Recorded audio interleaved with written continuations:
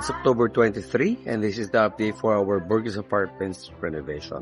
Ang ganda na ang ating mga ceilings. Ayun na.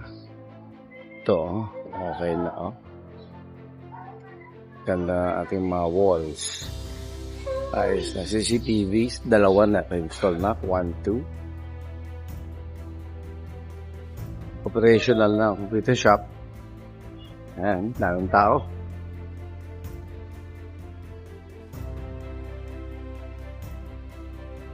Maayos na yung linya doon sa ilaw. Meron ng breaker ilaw. Yan ang linya para sa laundry. Ito, one final check. Then, pwede na siguro isara yan. Ito, ba't may puno dyan? Kasi nagtatabas na tayo ng puno sa likod. Yung mga tatamaan sa taas ng bagong room. Ito okay na. Okay na yung cleve niya. So, i-install na lang yung mga fittings yan. Itong heater, tsaka yung tubig, yung ilaw, ilalagay na. Ito, for disposal natin. Dito sa likod. And, so, palitan na dito. And ito yung ating firewall. Very good. Ito. Ayan. Ayos na.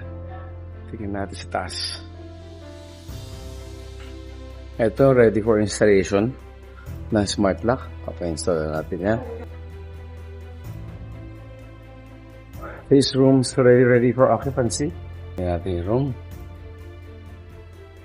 Ayan, no? Okay. Lilinisin na lang yan. Ready for occupancy. I think ang move-in dito is Saturday.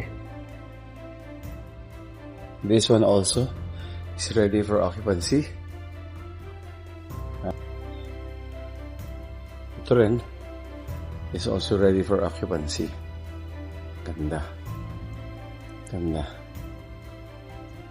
Ito rin is ready for occupancy. Kaya lang tambakan lang gamit ng ating mga team, no? Pero kung may occupy dyan, this should be vacated. Ready for occupancy nito. Malaki itong room na to.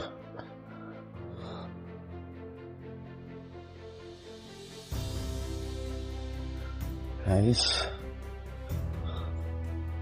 Ito yung room. Nice. Ganda. Ganda niya.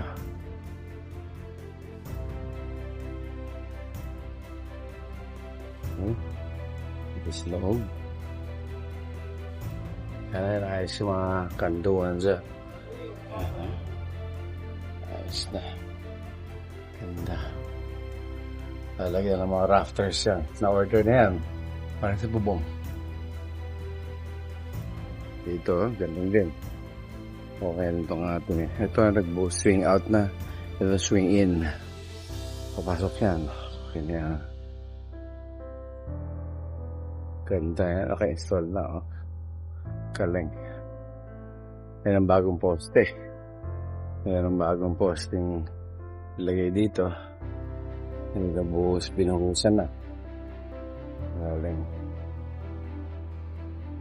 So, nilagay muna ito dito para makuha yung tayo. Yung vertical niya. Ayan. Galing. Hello, anak. Ganda. So, ito, re-revive natin ito. Ganda.